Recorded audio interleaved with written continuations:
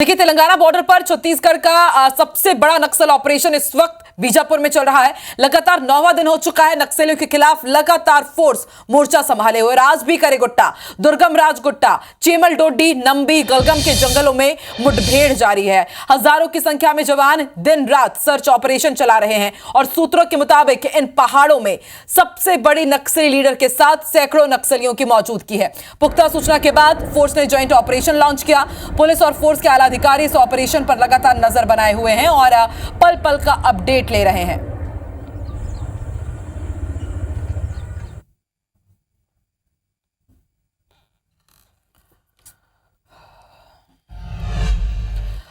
तो जैसा कि हमने आपको जानकारी दी, बीजापुर के करेगुट्टा पहाड़ी पर बीते 9 दिनों से मुठभेड़ जारी है और फोर्स के एक्शन के बाद तेलंगाना में कुछ संगठनों ने अब शांति वार्ता की पहल की है। शांति वार्ता की पहल पर छत्तीसगढ़ के गृह मंत्री विजय शर्मा ने बड़ा बयान दिया है। आज तेलंगाना वाले फंस रहे हैं तो पीड़ा हो रही है। छत्तीसगढ़ के आदिवासी मरे तो पीड़ा नहीं हुई। बस्तर में कई बड़ी घटनाएं हुई थी, तब ये लोग कहां थे? आखिर ये लोग होते कौन हैं? विजय शर्मा ने बेहद की कड़ी टिप्पणी की है। नक्सली बताएं उनकी तरफ से बात कौन करेगा? कई बड़े हमले के बाद वार्ता के लिए ये पहले क्यों नहीं आए? कई ग्रामीण और जब कई नेता मारे गए तब ये क्यों नहीं आए? तो देखिए किस तरह से साई सरकार की तरफ से बेहद सख्त टिप्पणी की जा रही है और ये बेहद लाजमी भी है। इससे पहले आपने कई नक्सली वारदातों को अंजाम दिया, कई मासूमों को आपने मौत के घाट उतार दिया, कई बड़े नेताओं की उसमें मौत हुई है। तब नक्सलियों की तरफ से शांति वार्ता की बात क्यों नहीं की गई? ये बेहद बड़ा प्रश्न उठाया गया है डिप्टी सीएम विजय शर्मा की तरफ से।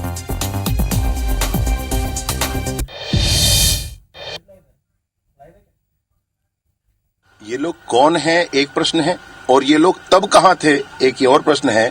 जब झीरम की घटना हुई तब इन्होंने क्यों नहीं कहा नक्सलियों के से कि ये सब बंद करो? अब ये क्यों बोल रहे हैं? और ये हैं कौन बोलने वाले? भाई जिनको बात करना है, चर्चा करना है, वो करेंगे। ये क्यों बात करेंगे और इनसे क्यों बात की जाए? ये कौन होते हैं बोलने वाले? मसला ये है कि कहीं दाल में काला है। इस सरकार के बनने के बाद लगभग हमने 400 नक्सलियों को, वर्दीधारी शस्त्रधारी नक्सलियों को मारे। इसमें जब तक बस्तर के आदिवासी रहे तब तक इनको पीड़ा नहीं हुई।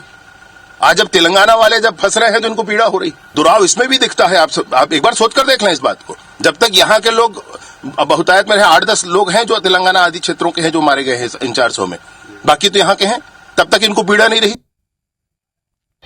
तो वाकई छत्तीसगढ़ लंबे समय से नक्सलवाद का दंश झेलता आया है और ये जो गुस्सा है, जो नाराजगी है, लाजमी भी है। सौरभ हमारे साथ लगातार जुड़े हुए। सौरभ, देखिए बेहद बड़ा प्रश्न है और मुझे लगता है कि लाजमी प्रश्न उठाया है कि इतने टाइम से बस्तर के लोग, तमाम आदिवासी नक्सलवाद का दंश झेल रहे थे, तब तो तेलंगाना की तरफ से कभी शांति अपील नहीं आई कि भाई ये छत्तीसगढ़ में क्या हो रहा है। अब जब खुद पर आन पड़ी तभी कह रहे हैं कि शांति वार्ता आप कीजिए। और जब पहले इतने बड़े बड़े हमले हुए हैं, मासूम निर्दोषों को मार दिया गया, कई नेताओं की मौत इसमें हो गई, तब शांति वार्ता की अपील नहीं की गई है। और एक और बात का जिक्र किया, उन्होंने कहा है कि दाल में कुछ काला नजर आ रहा है। तो किस काली दाल की तरफ इशारा करें गृह मंत्री विजय शर्मा? जरा बताइए मायने क्या इस बयान के?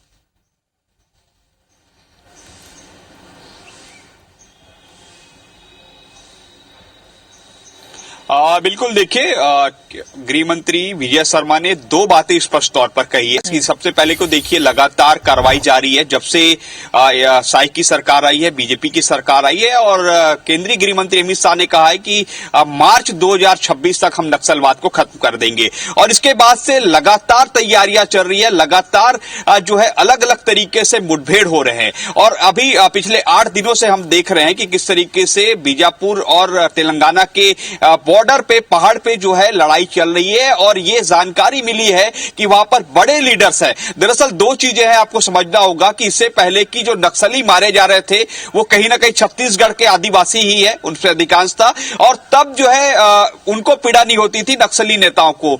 लेकिन अब आज जो है उसी पहाड़ में नक्सली के नेता जो है फंसे हुए हैं और जो संभवतः तेलंगाना के हैं और वहीं से लीड करते हैं। आंध्र और तेलंगाना जब एक साथ हुआ करता था तब वहीं से लीड हुआ करता था। इनके सारे बड़े नेता वहीं से होते थे। ये कई बार जो है ये चीजें सामने आई है। अब देखिए कि जब उसके बड़े लीडर जो है मर रहे हैं, मतलब अपने मौत को सामने देख रहे हैं, तब वो इस तरीके की बात कर रहे हैं कि जो शांति वार्ता आनी चाहिए, और उसके लिए तमाम संगठन भी जो वहां के तेलंगाना के सीएम रेवंत रेड्डी से जो है मुलाकात करते हैं, और जो है रेवंत रेड्डी भी कहते हैं कि हम जो है किस तरीके से मुलाकात के लिए वहां पर दोनों सरकारों से बात करेंगे, राज्य की सरकार और केंद्र की सरकार से बात करेंगे।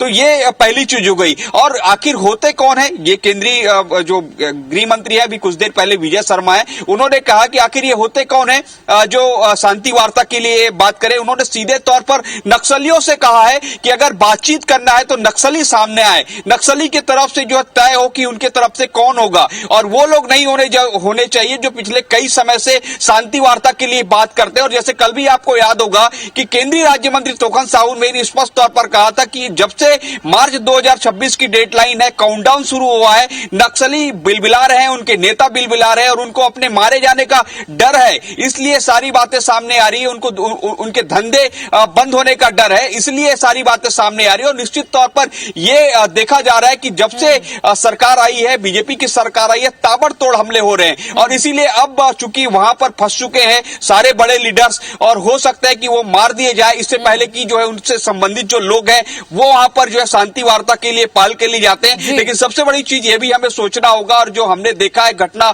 पिछले 2 दशक से लगातार घटना हुई है, कई ग्रामीण मारे गए, सैकड़ों ग्रामीण मारे गए, बच्चियों को मारा गया, ऐसे ऐसे नरसंहार हुए हैं कि जिसकी कल्पना नहीं की जा सकती। ऐसे में शांति वार्ता की बात क्यों नहीं आई सामने, इस पर जो है गृह मंत्री विजय शर्मा ने सवाल उठाया है। और निश्चित तौर पर अगर तेलंगाना की ओर से बात कही गई तो हो सकता है जवाब भी ऐसा ही दिया जाए छत्तीसगढ़ सरकार की ओर से। बिल्कुल, गृह मंत्री विजय शर्मा ने साफ कर दिया है कि शांति वार्ता के लिए आप सिर्फ पत्र लिख रहे हैं, लेकिन आगे कौन कदम उठाएगा, कौन वार्ता करने के लिए आगे आएगा, जरा उसकी भी जानकारी आप दीजिए। सिर्फ पत्र लिखने से काम नहीं चलेगा, अब इसे आगे बातचीत के लिए यदि करना है तो आपको कदम भी उठाने होंगे। बेहद कड़ी और सख्त टिप्पणी की है। अब देखते हैं कि नक्सलियों की तरफ से क्या प्रतिक्रिया आती है, और वो जो नेता जो कह रहे हैं कि अब शांति वार्ता होगी, उनके भी अब रिएक्शन का इंतजार रहेगा। आप नजर बना के रखिएगा, क्योंकि बेहद बड़ा ऑपरेशन इस वक्त बीजापुर में चल ही रहा है। अब देखते हैं आगे किस तरह से रिएक्शंस आते हैं। शुक्रिया सौरभ पूरी जानकारी के लिए।